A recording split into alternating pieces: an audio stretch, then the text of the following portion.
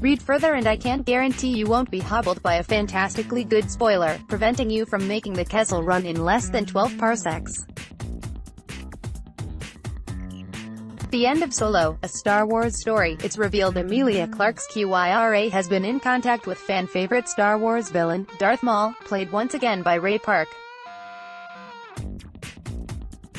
If you've only followed the Star Wars movies, your last memory of Darth Maul was seeing him fall to his apparent death after being sliced in two by Obi-Wan Kenobi at the end of Episode 1, The Phantom Menace.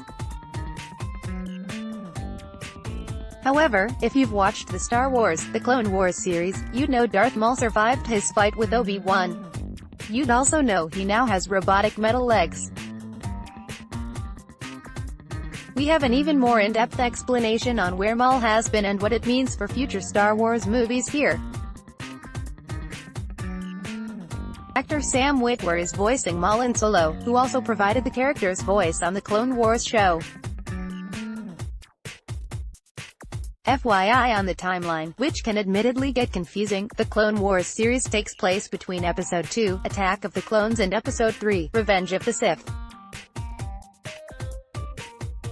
Solo, A Star Wars Story takes place sometime after Episode 3, but before Episode 4, A New Hope, now playing. Watch this, the worst things about Solo, A Star Wars Story. So what's going on here? There's at least a 3-year gap between when we first see Qi'ra at the beginning of Solo and when we and Han catch up with her later in the film.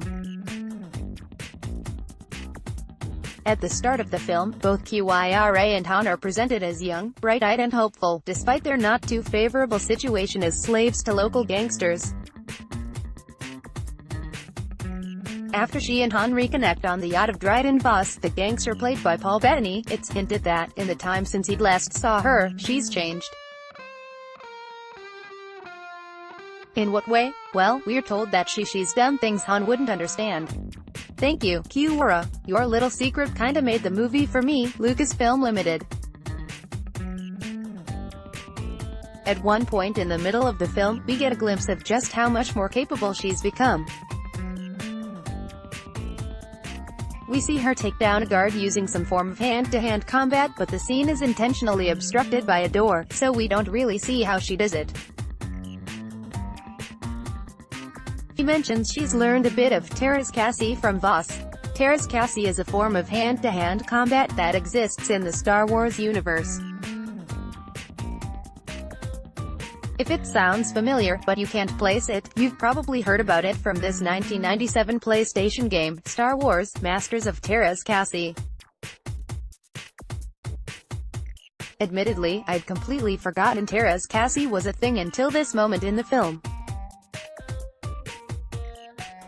However, it's not until the end of the movie that we truly get to see Qi'ra in action as she fights and pretty handily takes Voss out using some impressive hand-to-hand combat skills. Afterward, we see her contact a hooded figure with a voice familiar to anyone who's watched Clone Wars. The figure revealed as Darth Maul. Seriously though, how'd you learn to fight like that?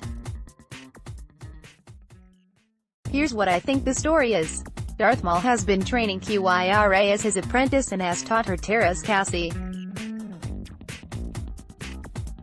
Okay, about to briefly get deep in the nerd weeds here. In the Star Wars Legends universe, which refers to books, comics and video games Lucasfilm does not recognize as canon, Maul was a practitioner of parsecs, and while in the film it's not explicitly stated that he has anything to do with the martial art, it can easily be assumed he passed on his skills to Qi'ra.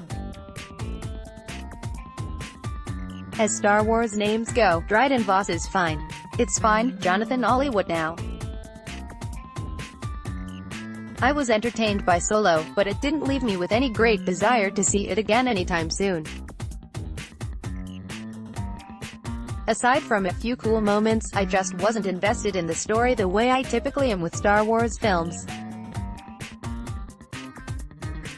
However, the Qi'ra reveal and Darth Maul appearance was a huge surprise for me and for sure was my favorite moment in the film. I don't really care what happens next with Han or Lando, but I can't wait to see where they take Qi'ra's character. she proved herself quite the combatant and a potential female Sith, if indeed that's what she's in training to be, isn't something we've seen on the big screen before. Also, it's just so exciting to have Darth Maul back on the big screen. His fight with Obi-Wan and Qui-Gon Jinn in The Phantom Menace is still one of my favorite lightsaber battles ever. Hopefully we don't have to wait too long to find out what happens next. First published May 25th at 1:30 a.m. PT, update May 26th at 8:13 a.m. PT, adds link to our in-depth explanation on who is Maul and where he has been. See Star Wars LEGO Millennium Falcon sets over the years Solo, a Star Wars story. Here's everything more we know about the latest Star Wars film, including when you can see it, who else stars and what you can expect when it opens.